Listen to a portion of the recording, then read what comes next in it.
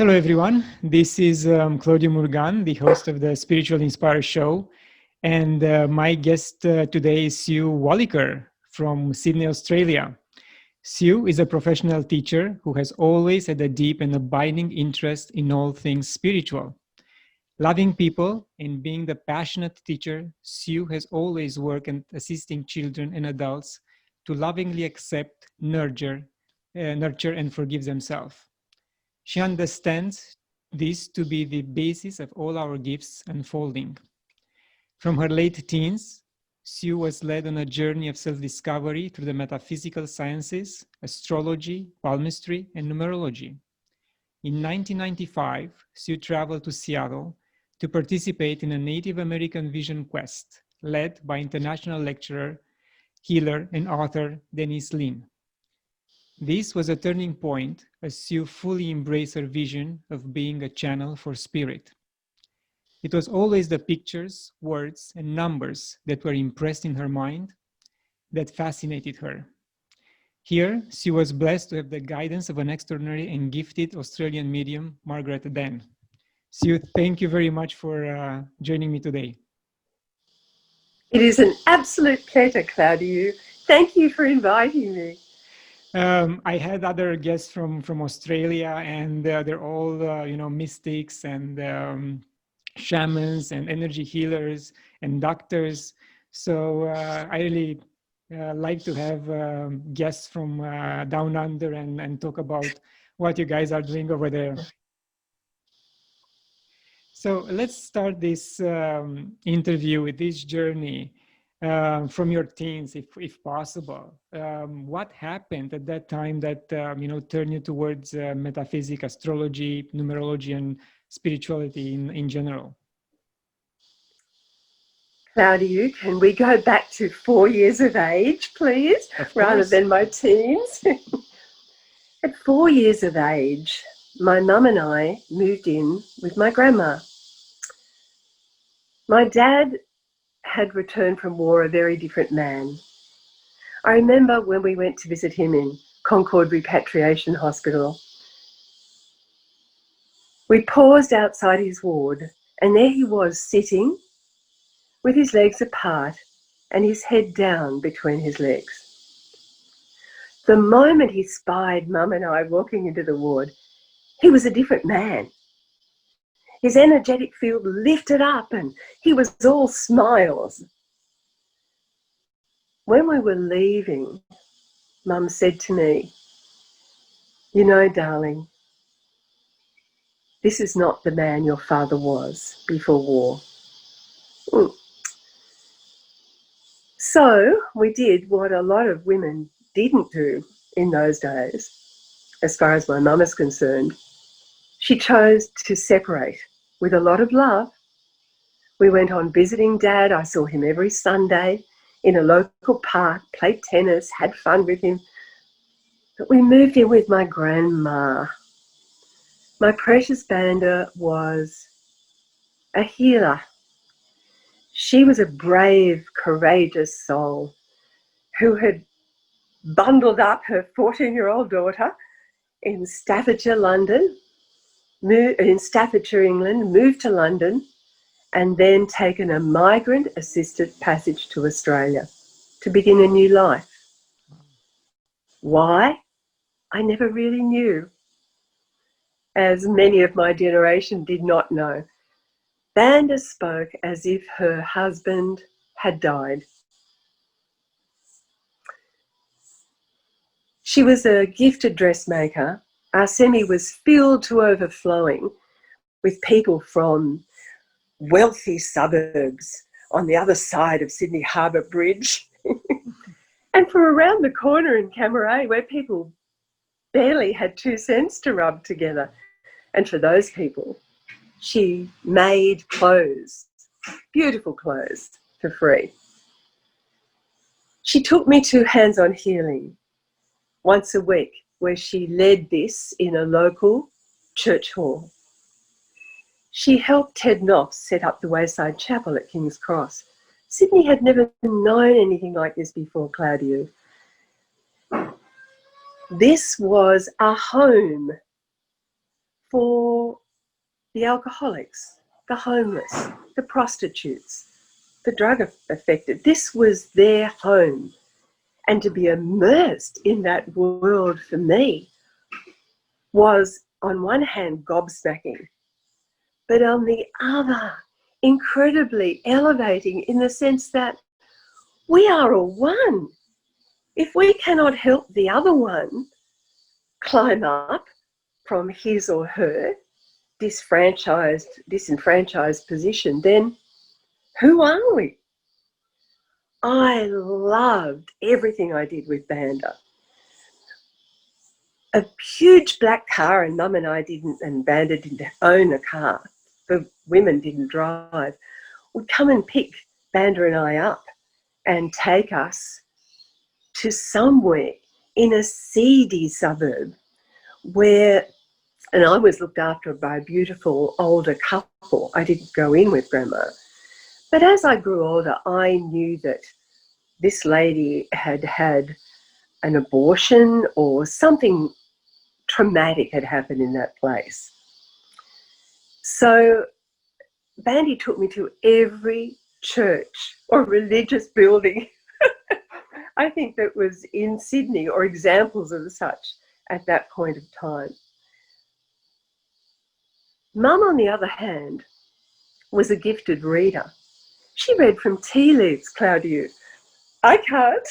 I look at the tea leaves in the bottom of my cup and say to my partner, I wonder what that means. However, she didn't think it was a financially secure job for a single mum. So she managed local shoe stores. And at nights and weekends, she would read for friends, for strangers. So that was my upbringing. Very unusual in those days because most parents stayed together, come what may, forever.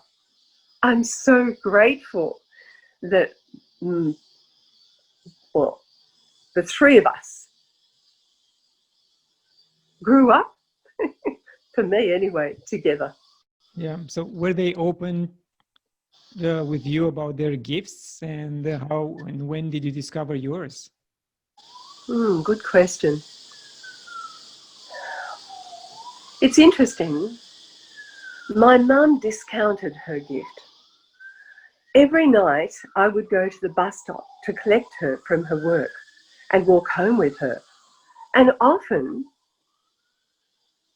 in our conversation, Mum would say, or I would say to her firstly, oh, Mama, you know, Claudiu rang and said that what you had shared with him in his reading was so pertinent and it's come true. And Mum would just walk straight ahead, and her eye contact was amazing. She wouldn't look at me and she'd just say, oh, that's lovely, darling. Banda, on the other hand, that's the name I gave to my grandma, Bandy. She led by example. I watched her like a hawk. I laughed with her. I played with her. I once punched her in the nose while I was setting her hair in rollers, and we just held each other and laughed till we were nearly crying. Accidentally, of course. She was like my mother. In fact, you mentioned Margaret Dent, a gifted medium, would have been my age, but she died some years ago. And I remember when I didn't know her at all, it would have been, well, perhaps the first or second session I had with her. She just said to me, your grandma's on your shoulder, Susan. And I turned around and she said, you know, she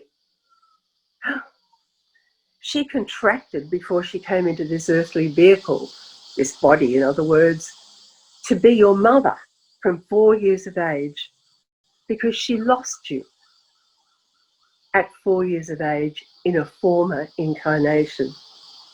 Interesting? Yes. Anyway, so Bandy revealed her gifts to me all the time by demonstration.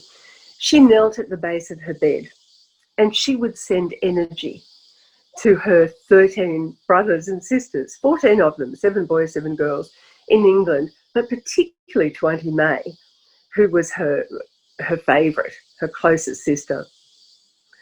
And that was long before, you know, IT, in the sense of being able to send and receive messages or energy. So I just think that, you know, giving sessions on video, and COVID, of course, where I've done nothing else since late March, is totally normal. It's not, you know, in any way unusual for me. Mum also worked, I understand, in a similar but different way. She made a diamond as above, so below, and she would put it to her third eye. So, you know, that has been very revealing, though we didn't, and we shared everything and anything, Mum and I, but we didn't talk a lot about that when she was alive. Interesting. Mm-hmm. So yes, I was very spiritually attuned from a young age, and I remember being 4 in the only home that Mum and Dad and I ever, 3.5, lived in. And when I went into my little bedroom at night, and there was a lot of bush around this home, I would hide under the covers because I would see faces all around me. So in some ways, I would have shunned that because it was so frightening. And it took me a long time to come to terms with what I was seeing in my mind's eye.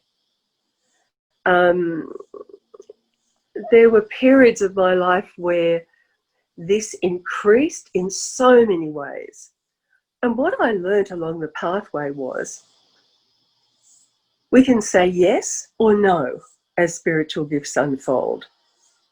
Some I felt comfortable with, some I didn't.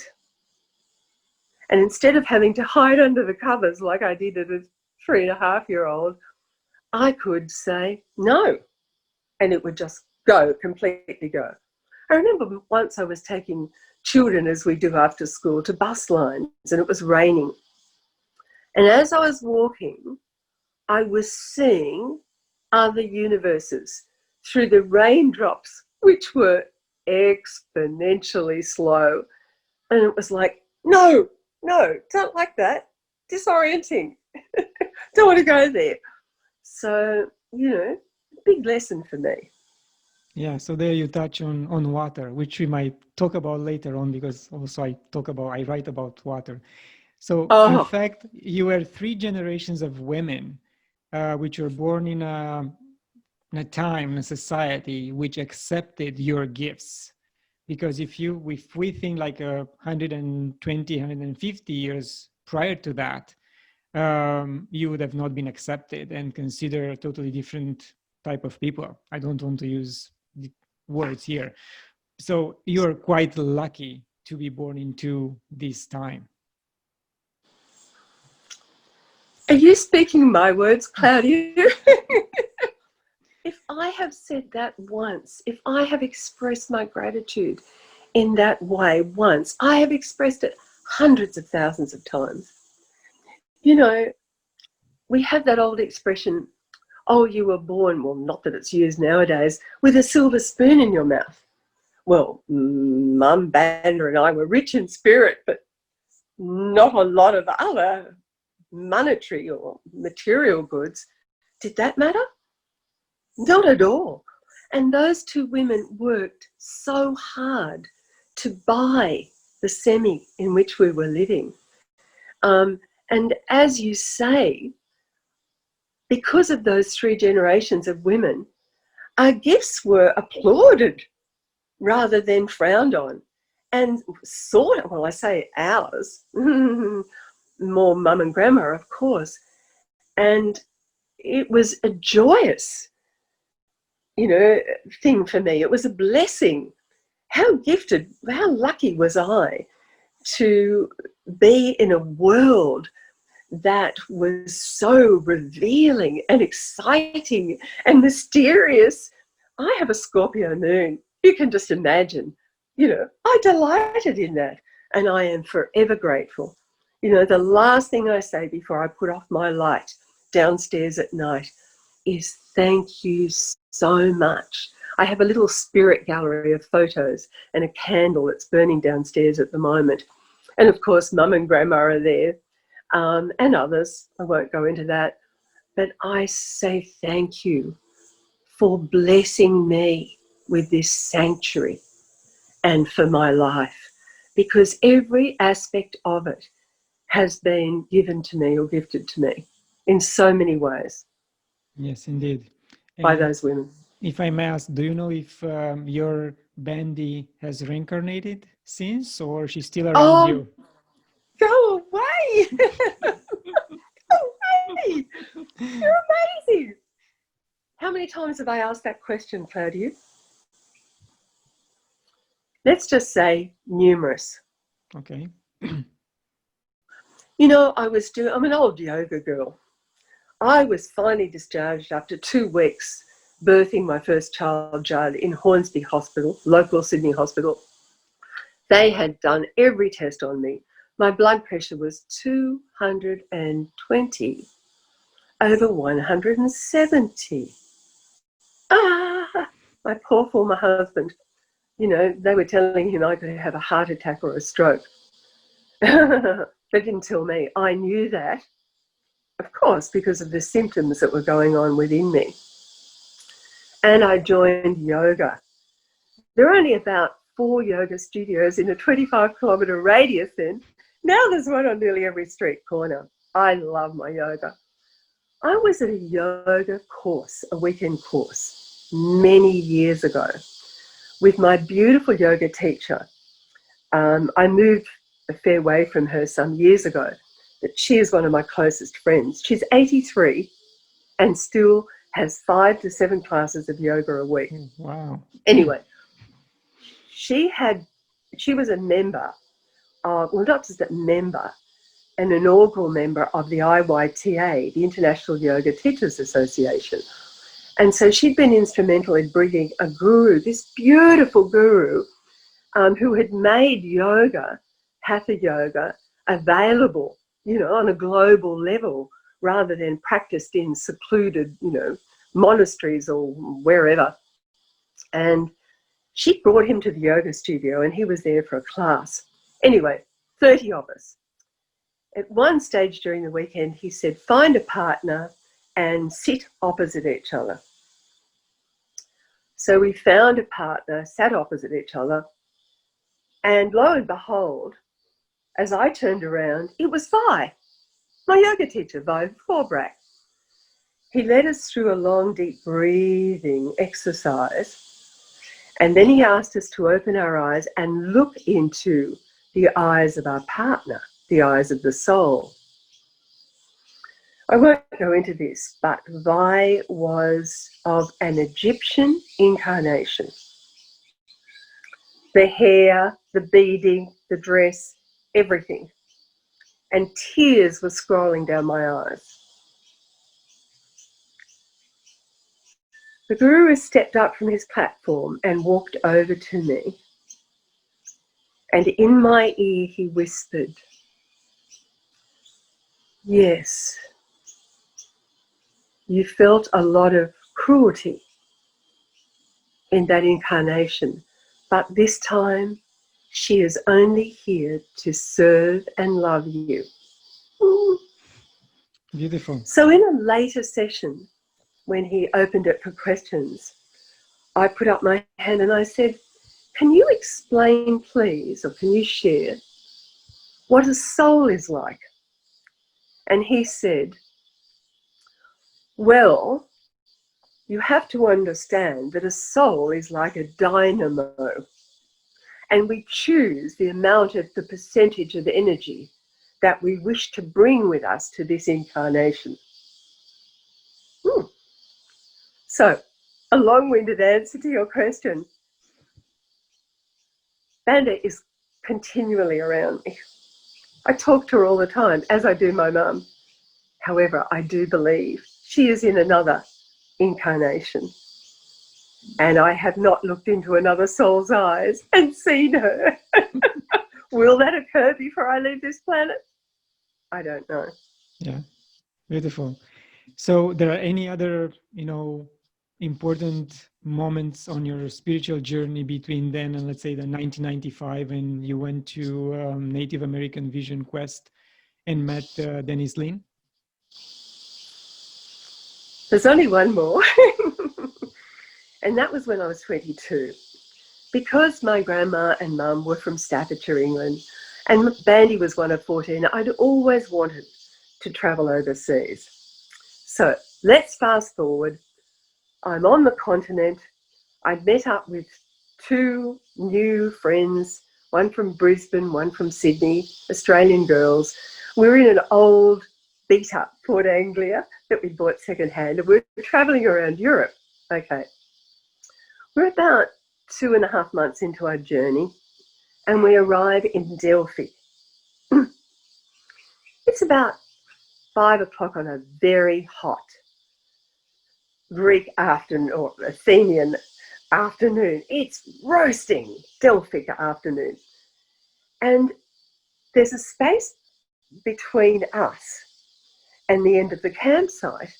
And the girls said to me, oh, that's good. We've got a bit of clear ground. 2 German guys arrived, Wolfgang and Warner. We started to talk to them. Needless to say, I was talking to Wolfgang deep into the night, and the next day he had a cute little VW with the roof down, and the next day we went to the Delphic sacred ground, the Delphic Oracle. Claudiu, from the moment my feet, and I wasn't going to say feet, I was going to say something different. So often my words are spirit's words. But it's when we touch the ground. Are we talking about soul coordinates here? Are we talking about memory that is stored with emotion, water, in every cell of our being? Are we talking about ley lines, earth grids? Yes, and so much more. And I turned to Wolfgang, and I must have looked very serious. And I said, I've been here before. I was having massive energy shifts. And he looked at me acceptingly. Isn't that wonderful? When someone accepts what we're saying or what's happening with us, it's like an open door to walk through. We kept on walking, only a few steps. And I extended my arm to the right and I said, I sat there for long periods of time. And I'm crying, and I'm happy, and I'm sad, and I'm scared. He said, I'm just going back to buy one of those little tourist maps. He came back, I still have it. And he opened it and he said, Sue, that's where the Pythia sat. What's a Pythia? I didn't have a clue. He said, I think he said Sibylla as well. But when he went on to explain it, it was she who inhaled sulfuric fumes and gave forecasts about the future. You know, I left that site with Wolfgang that day feeling, very high. There wasn't a lot of fear around me at that time.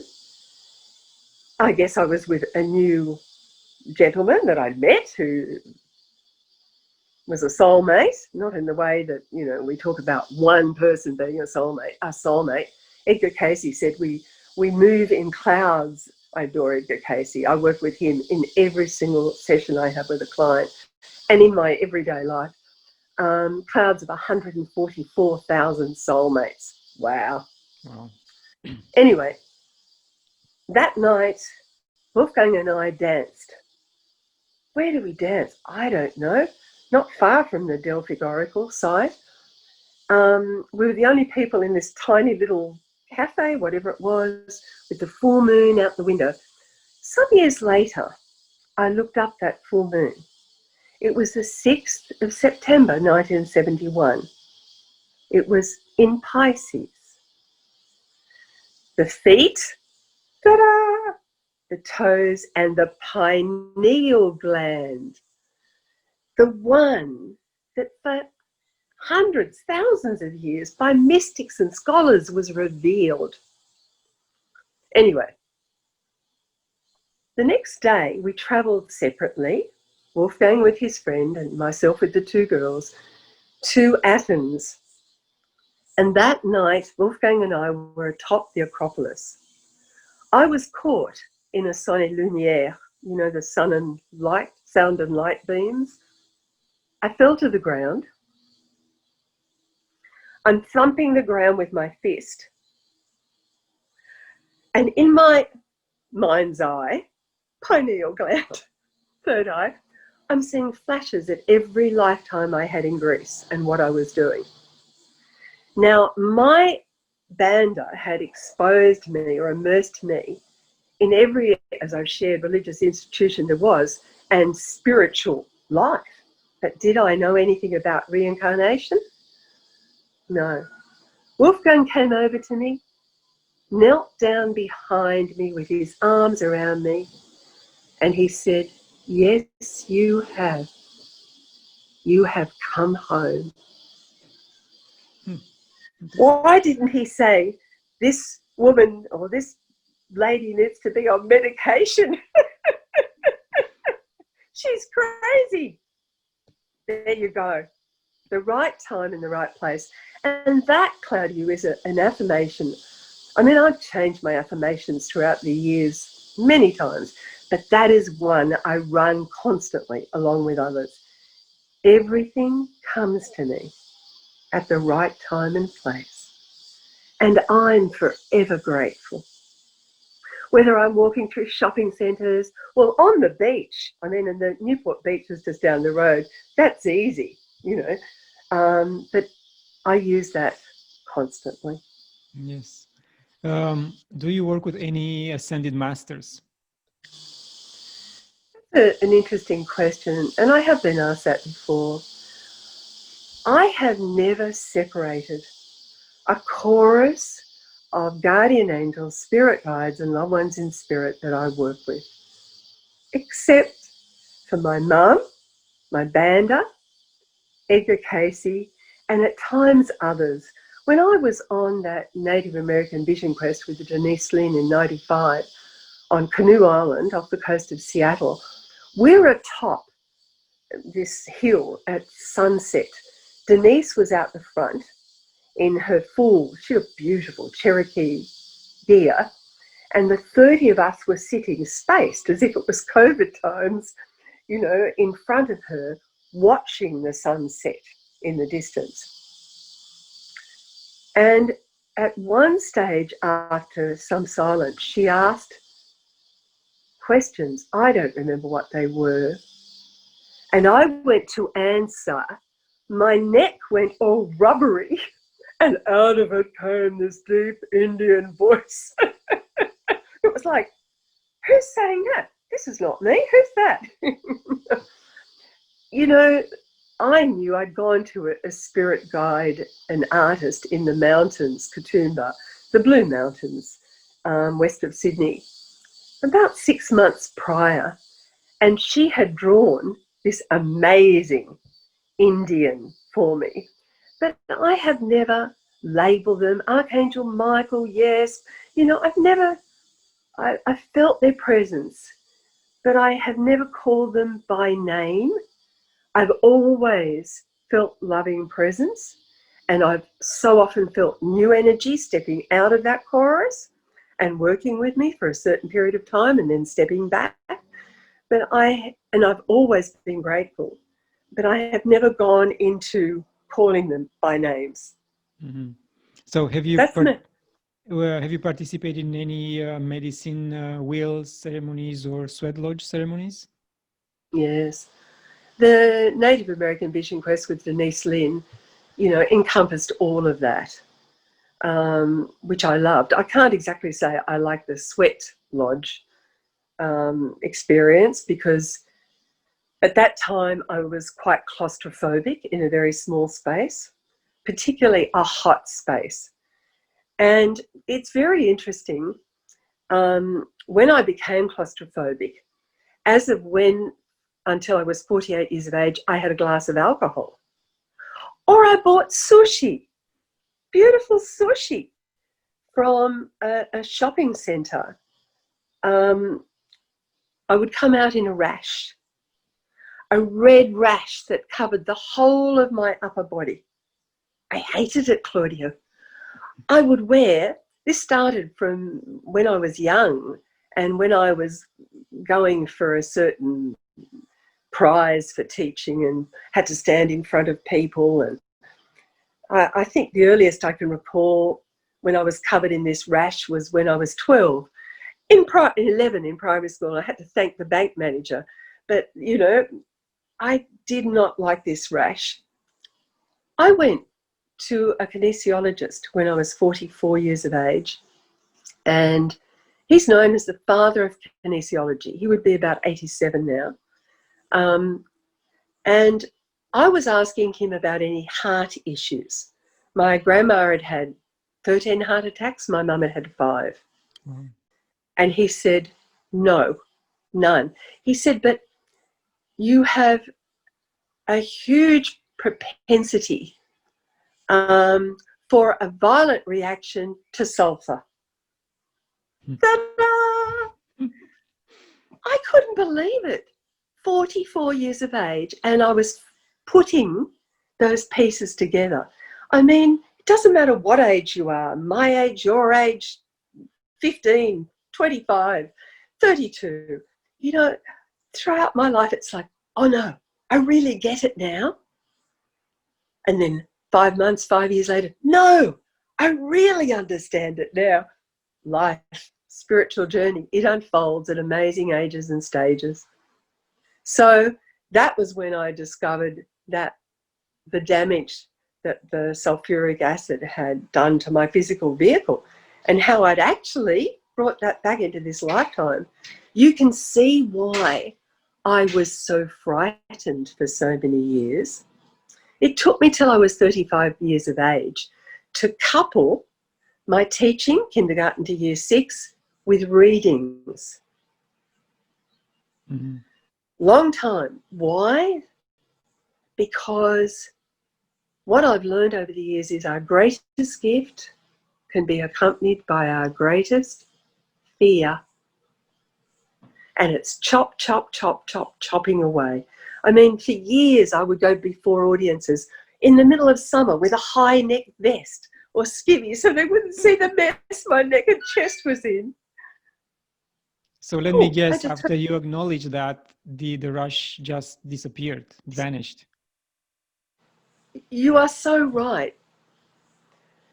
So spot on the money, Spirit just said. I never use that phrase, spot on the money. Oof. Well, I guess that means you're very adept at what you're doing, and so anyway, not going there, Claudiu. Yes, it wasn't long after I did a course, the first course I've written in this vein. I called it, Spirit called it, meditation in the moment. And really, that was quite oppositional to what I do.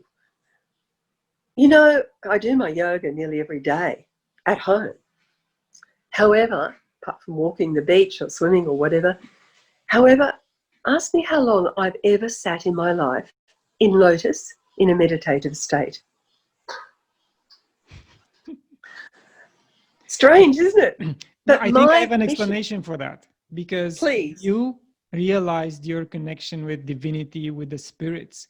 So then your spiritual journey and your spiritual evolution didn't need that much effort in order to sit in meditation and connect to divinity and connect to your spiritual guides and get the messages. For you, it was like a natural or second nature or first nature maybe. And that's why you didn't need that additional effort. Not like for me, which I try to meditate 2-3 hours a day, you know, or for someone else. So I think, in my opinion, that's the reason your time was better spent in a different way than just sitting in a lotus position and connecting with the guides. You're already there. Oh, Claudiu, that is just gratitude, praise, beautiful, positive feedback to my mum and banda and the right way I was reared. You know, you're so right. I have always seen my waking, walking life as a spiritual practice. You know, I come into the conscious mind, I catch my dream, dream catcher. I have kept dream journals because I believe dream, see the Monet print, is a bridge between heaven and earth. I catch my dreams. Oh, thank you. Sometimes I don't understand them initially, but you know, if I don't, I'm more likely to write them down. If I do, I'm thanking already. I roll over. I thank Mum and Bandy for what I asked them to do before I went to sleep, even if I don't always see evidence of that. I put my feet on, I stretch, because cats, I've had a couple of cats, they stretch before they move unless they're very frightened. It's like stretching out of my comfort zone for this day ahead. And then I put my feet on the ground and I go with my arms wide. Bless this day, Great Spirit. 'Tis a good day to die. May I find the peace and the promise of this day. And that's how my day begins. To me, it's always been the bookends of our day. How a day begins, how a day ends.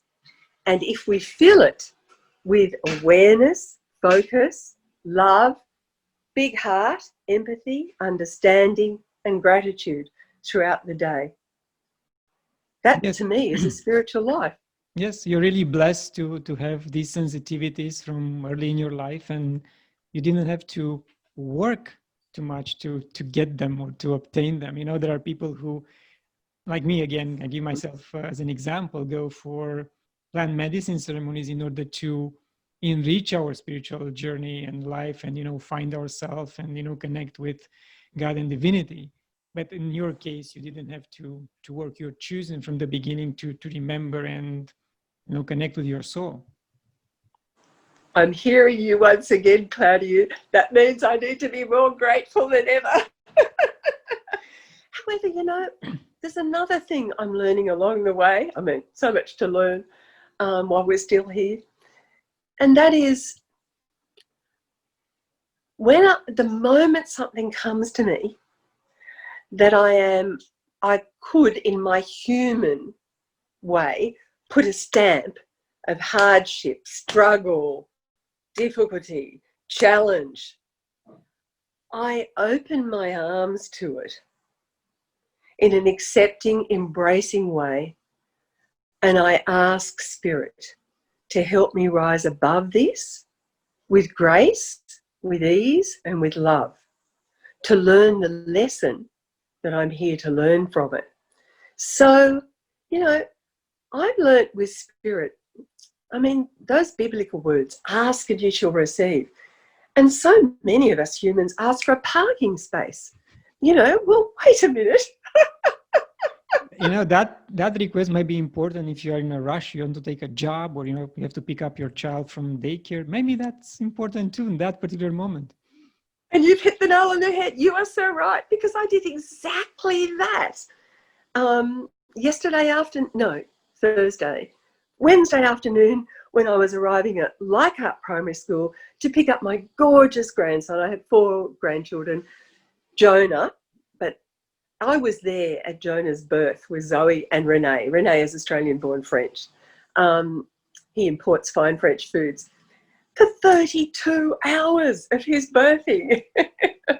And I was there to pick him up, and there'd been huge hold-ups on the Anzac Bridge. And when I got to Leichhardt Primary School, there's no parking space. And I'm going exactly as you've said, Great Spirit, help me find a parking space. So I'm not denouncing that, but I'm just saying, you know, so often when hardship beats us fairly and squarely in the face, you know, to immediately open up to spirit instead of, well, don't worry, I've done this too, crumpling into a little ball, you know, with wails like a wolf coming out of my mouth, you know. You know, I believe we choose our paths in each and every moment. And at times, there may not be a choice for the ease and grace, but if we ask for it, we may soften the blow in some way and be shown. The minute we're shown the reason for something happening, oh, I've got more to learn about being in reactive people's energy. Because Mum and Grandma, I know this sounds ridiculous, but I never heard them have a fight. Claudiu, how well did I come out of that when I was immersed in friction? Yeah. That's been a hard one for me. Yeah. And talking about your grandchildren, without naming names, are they all souls, young souls? Have you connected with them at a different level? Oh yes, no naming souls here. Well, the moment I go into their ages or their lives or their characteristics, it would be very clear for my children, Okay. Judd and Zoe. So So I think I would rather say no to that one. Because I recently... But in answer to your question, yes, you're right. Some very old souls. That's good Oh to my know. goodness, the words that have come out of their mouths, and I look at them and think, how can you say that at that age? And others with a lot of lessons to learn, however, an incredible excitement in that opening up to a spiritual life. Yes. I mean, there are countries in Africa or tribes in Africa who induce a trance into a pregnant woman when she was maybe 5 or 6 months pregnant. And the soul of her child will speak through her mouth, and the elders of the village will find out why is he coming, what's his purpose for this particular incarnation.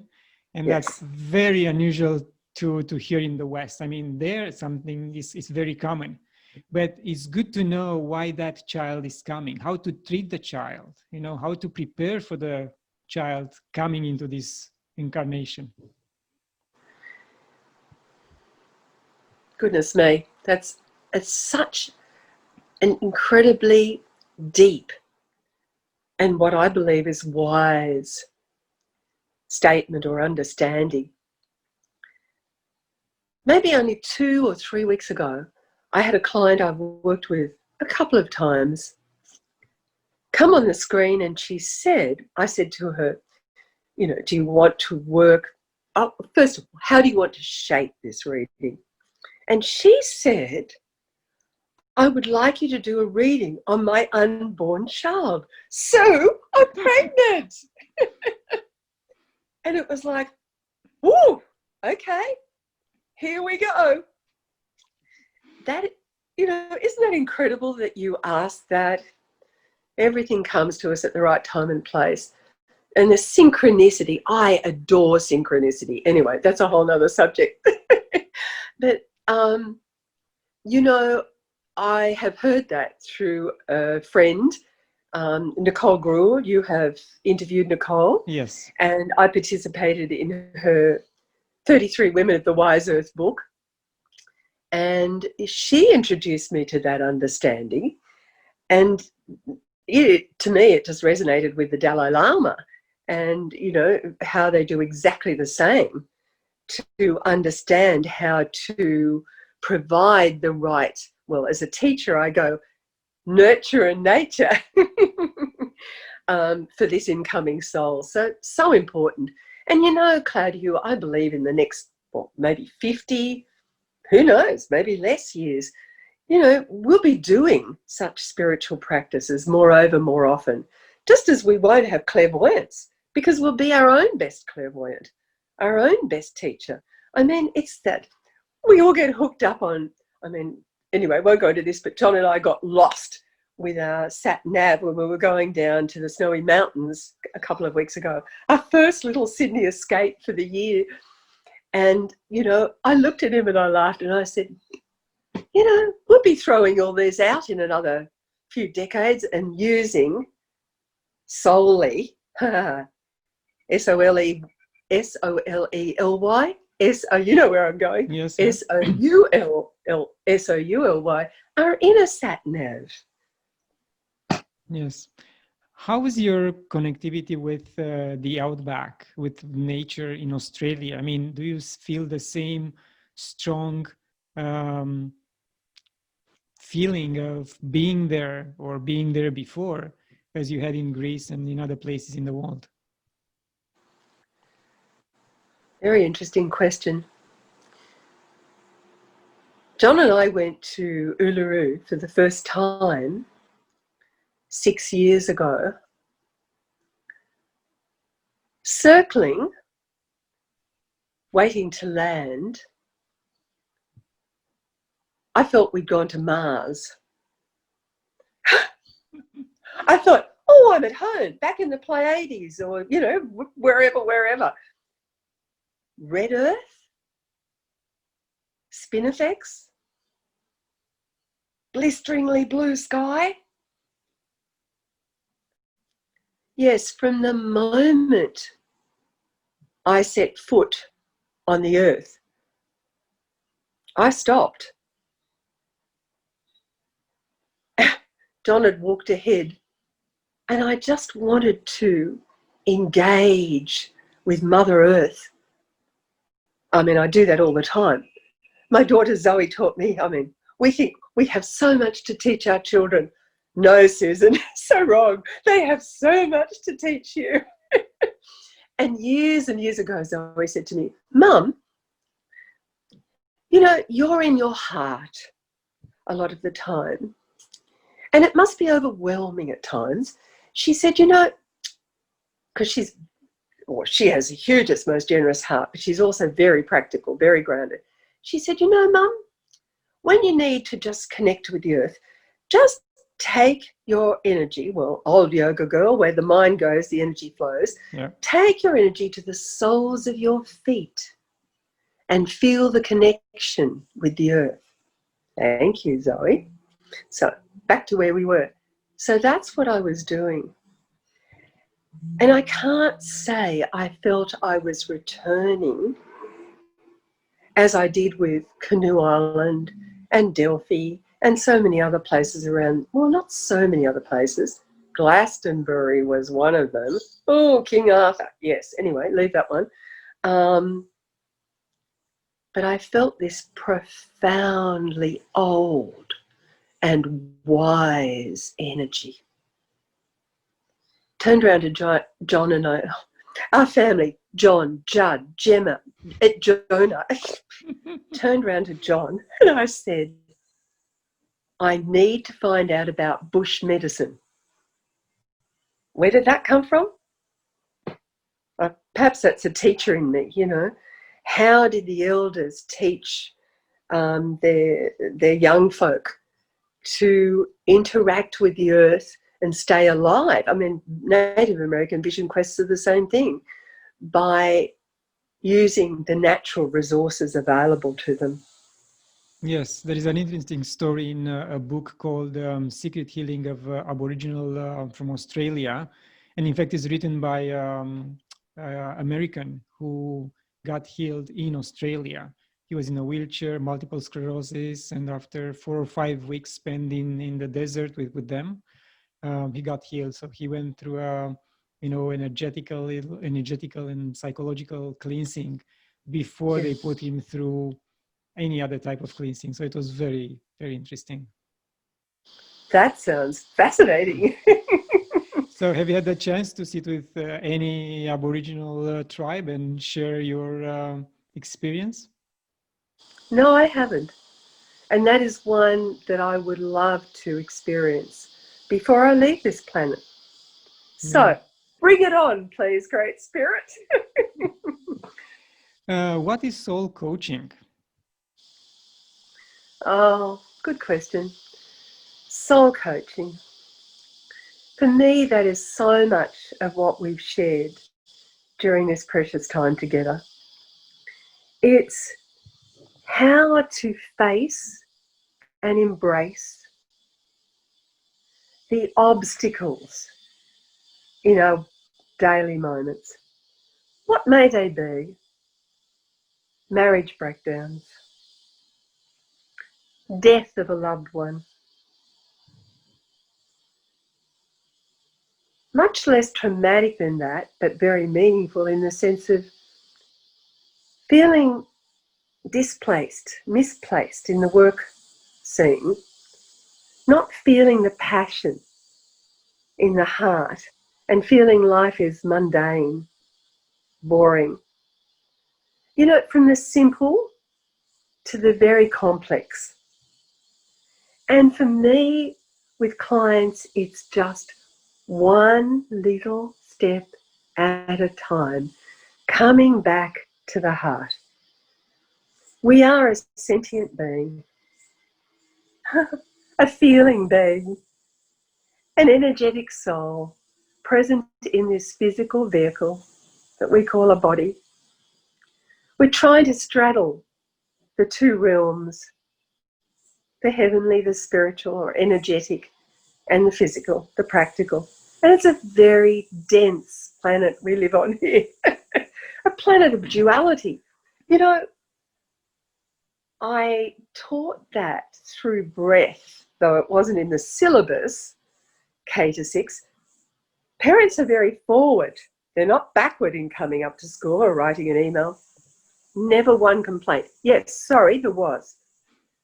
At a school, I was asked by a parent through the principal not to call this the mind's eye. That's okay. Look into that computer screen between your eyes. This was before we do creative writing, poetry, and whatever it may be. So in this very heavy, dualistic, every moment we have a choice. Every thought we choose to think. So often we think, oh, they're my thoughts. No, they're not. We've just engaged in the mind soup. Every word we choose to speak, feeling we choose to experience, action we choose to go ahead with. We have two choices. So it's simply taking a breath, coming back to the heart, choosing love rather than fear and ego, ensuring we are grounded or earthed in the way that we have shared, ensuring through that breath the mind is still and taking one small step at a time. When we feel overwhelmed, as books have been written by people in concentration camps during the war, so much they couldn't control, and yet so much they could. I had a school inspector many years ago who'd been in a concentration camp, and through a deep and meaningful conversation I had with him, he said he played golf in his mind in that very restrictive space. I've forgotten what his golf score was when he came out, but it was incredible. Yeah, I mean, Victor, and I suppose, sorry. Go ahead. No, go ahead. Sorry. And I suppose in doing that, he was engaging his physical body, you know, his emotional body. He wanted to play good golf. You know, his mind, he was in training, all of that. And, you know, that's the essence, I suppose, of what I understand soul coaching would be. It's, you know, like in tennis or basketball. It's flexing that muscle of love. First and foremost, loving acceptance. And Facebook, Twitter, Instagram, body images don't do much to help this, do they? Loving acceptance, the good, the bad, and the ugly. Nourishment of self in every moment, from when we awaken to when we go to sleep, and forgiveness of self. I remember years ago, Claudiu, Spirit said to me, you know, Susan, we work with exact measure, exact percentage, exact proportion. That sounded so threatening and so calculating and so harsh. Ask me how many years it took to understand that. Excuse me. And when I finally did, tears. What they were saying was, to the exact amount that you can do that for self, so too you can do that for others. And through my darling Edgar Casey, I learned, and to that exact measure, we can use, express, share the gifts that we brought with us to this beautiful blue-green planet that we call Earth. Yes. And you are living in a beautiful world. I mean, physically and spiritually. And I know that when we walk this path, we shouldn't have expectations, just surrender and see what the Spirit has for us, for each of us. But December 21st is approaching. So I would like to know if you have any outcome in particular in mind from that day. Because I know there is ascension and energies are different on December 21st.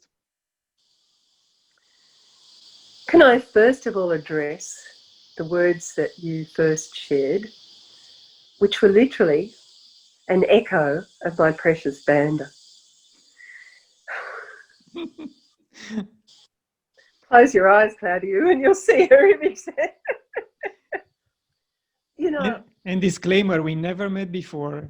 Today it was the first time we talked. We just exchanged emails, so there was no preparation. Here we go back to where we began. Coordinates, soulmates, synchronicity. Anyway, ley lines. We could keep on keeping on, couldn't we? You know, I studied on a little enclosed veranda in Banda's and Mum's semi in Camaret. And from when I was young, sitting out there in year one or kindergarten or whatever, doing my little bit of homework, if something went wrong, it was kind of, you know, or tears. Bandy would be standing on the step that divided the kitchen, dining room, just little room, from my enclosed veranda. And I would get up and I'd run over to her and I'd hug her, and she had lovely big breasts, and I would disappear into her bosoms and I would say, oh, Bandy, I can't do blah, blah, blah, blah, blah. Anyway, fast forward to when I was about 17 and I was training to be a teacher, and I was similarly stuck, and I would feel Banda's presence.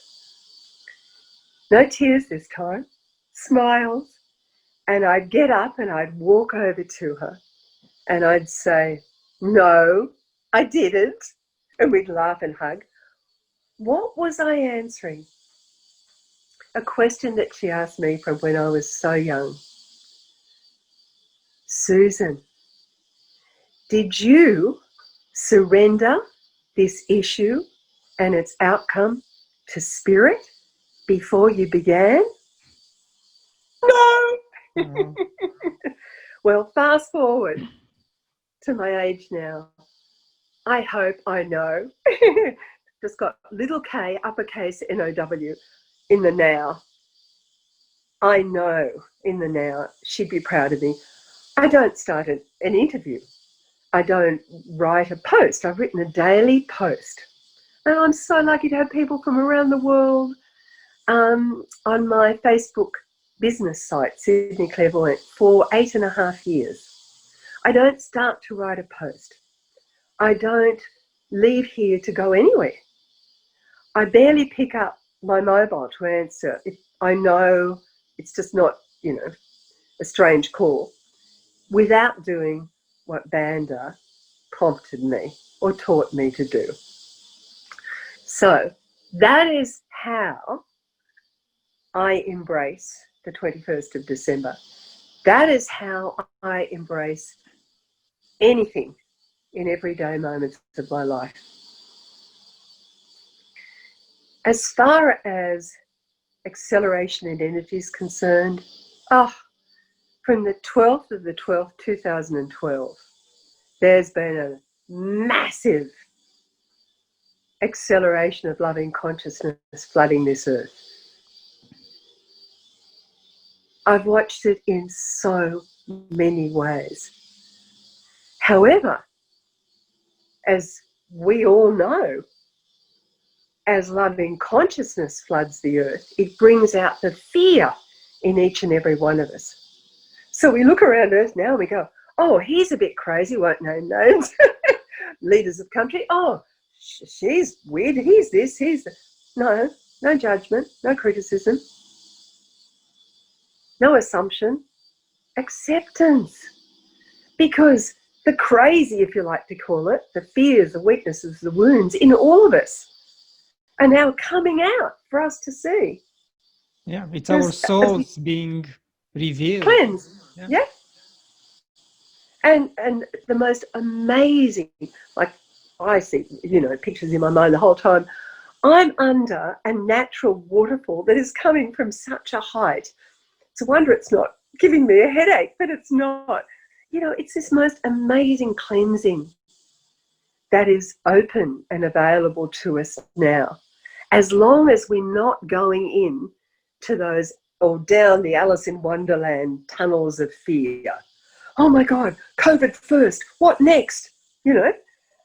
As long as we use every practice we know to stay in the heart, to stay in love, then all our gifts, our purpose for being here, and so often in 35 years of working with clients in courses, one-to-one, in groups, the question has always been, what is my purpose for being here? So often, when we work in this way, it is going to be revealed to us, step by step by step by step. Yes. And I want to go back to water because it's a fascinating subject, and I ask these questions, some of my guests, not all of them. And I believe that water has memory. And in my writing, water has awakened, and she's giving us a little bit of a slap for our misdeeds. So, do you think that a molecule of water contains the same memory of the whole universe, of everything what happened on Earth, and in any other universes? Just as we contain a memory of the journey of our soul, call it reincarnations, past lifetimes, doesn't matter. Water or emotion is stored with memory in every cell of our being. Water is stored with memory in every cell of our earth. Water is stored with memory in every cell of our universe. And we are part of that. It's like concentric rings, isn't it? Going out and going out and going out. That little example I gave to you of taking the children at school to their bus line and the droplets of water slowing down, and I could see through them, to other universes.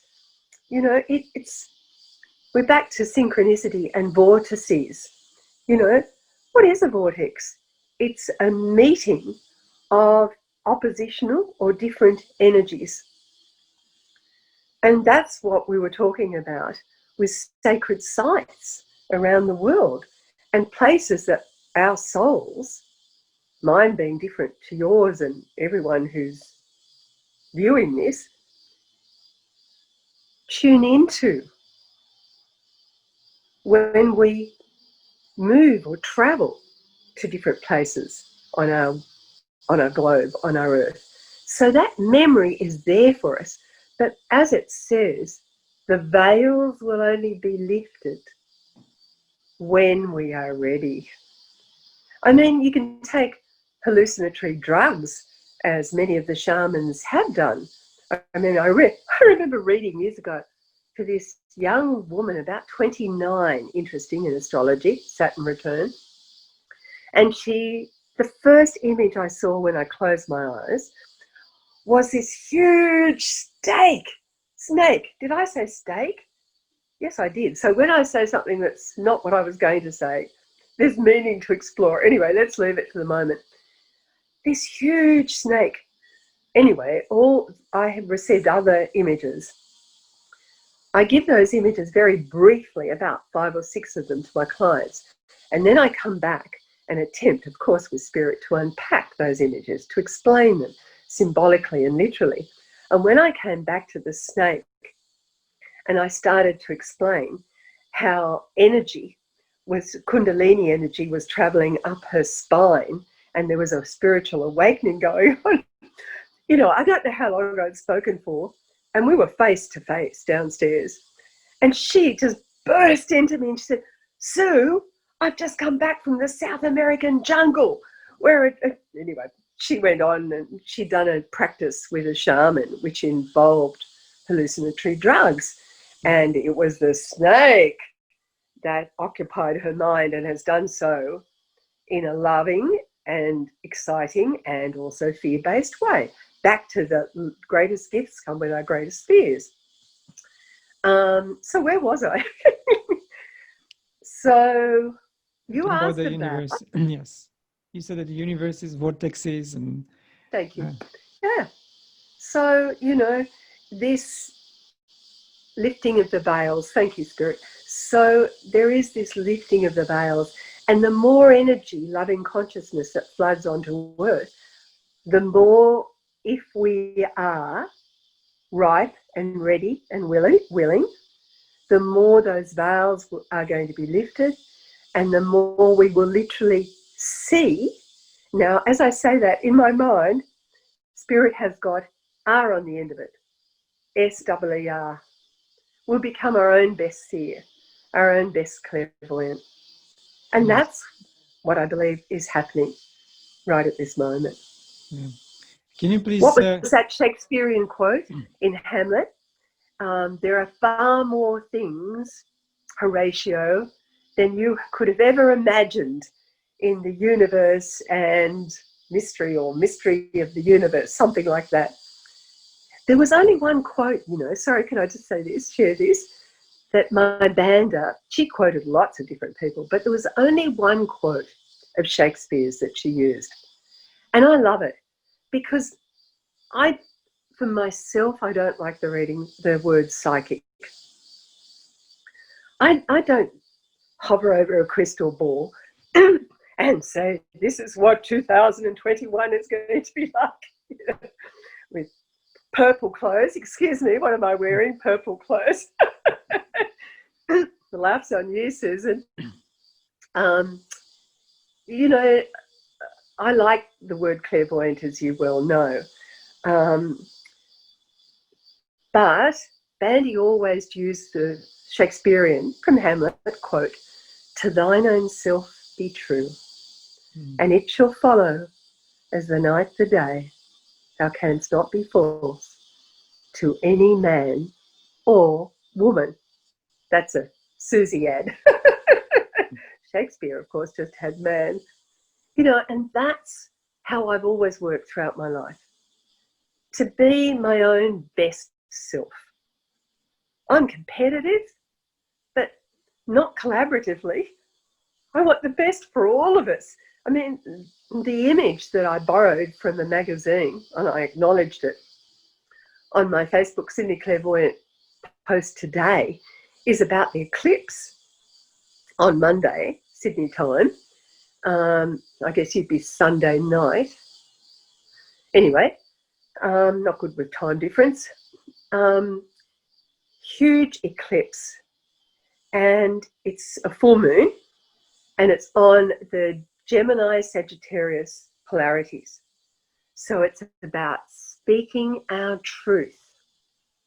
Gemini, Sagittarius, a quest for knowledge and wisdom and the highest possible truth.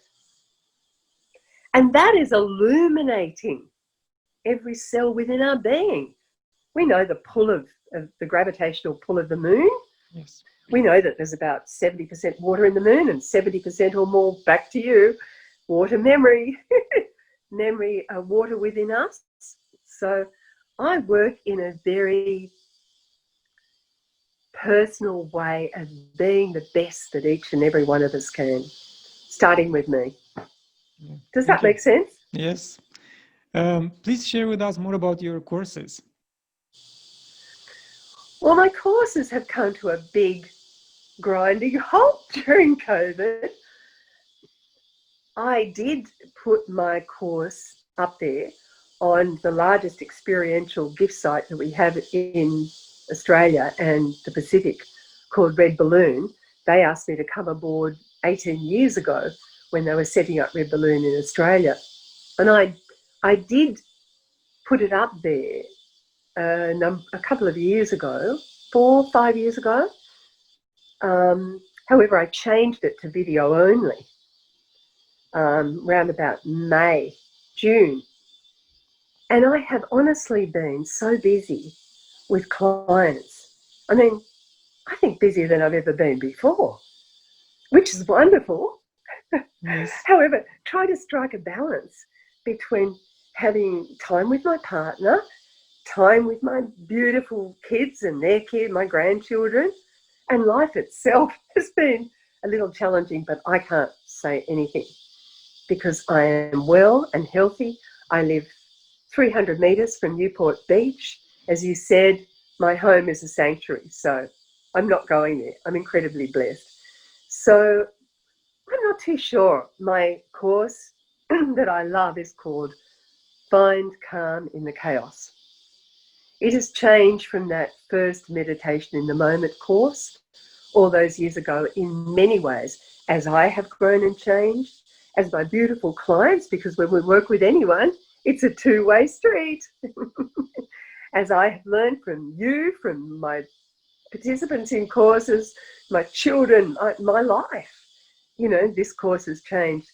I don't quite know where it will go, but I love the way that it is transforming in the sense of practices to empower our everyday moments to be the best version of self that we can be. Yes, indeed. So we are approaching the end of the interview. Any final thoughts? I have to be honest, when you invited me to come to this interview, thank you, Claudiu. Thank you. It's been an absolute delight. Little D-E, uppercase L-I-G-H-T. I watched Nicole's interview with you, which I just loved. And I noted that you asked her at the end for a quote. So, I briefly thought at the end of a really busy day last night and prayed for a quote. And I have a lot of quotes that I could have shared with you. I'll just reach for it now. This one came up.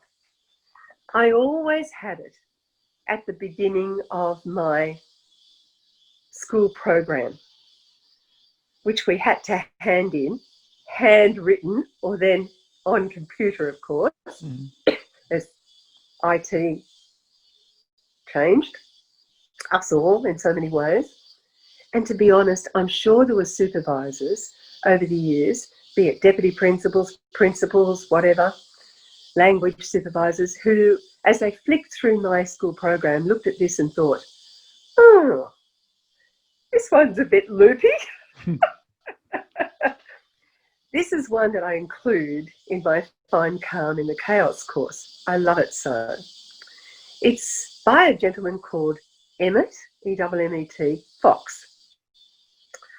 Now, Emmett was one of the most engaging and prolific, famous authors and presenters. He actually filled halls, churches, buildings around the world in the early 1900s with his new thought. It was totally denominational.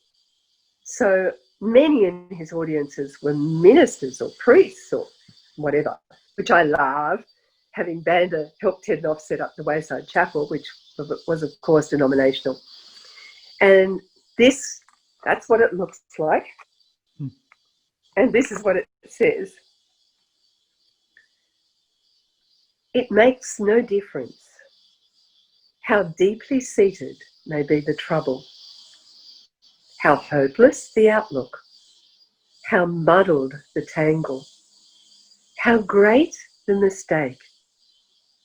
A sufficient realization of love will dissolve it all. If only you could love enough, you would be the happiest and most powerful being in the world. Beautiful. So we have to ask Spirit to give us the power to love, the power to share love with everyone else around us. Sue, thank you very much. And you shall receive. Yes. It was a lovely interview. I really appreciate it. Thank you very much. Claudiu, you are the most beautiful soul, and it has been an absolute pleasure, honor to engage with you in this way. Thank you. Thank you. And to my viewers, please share this interview, like it, and subscribe to my channel. Also on my Patreon account, I share exclusive content, and you can become a subscriber as well. Until next time, love and gratitude.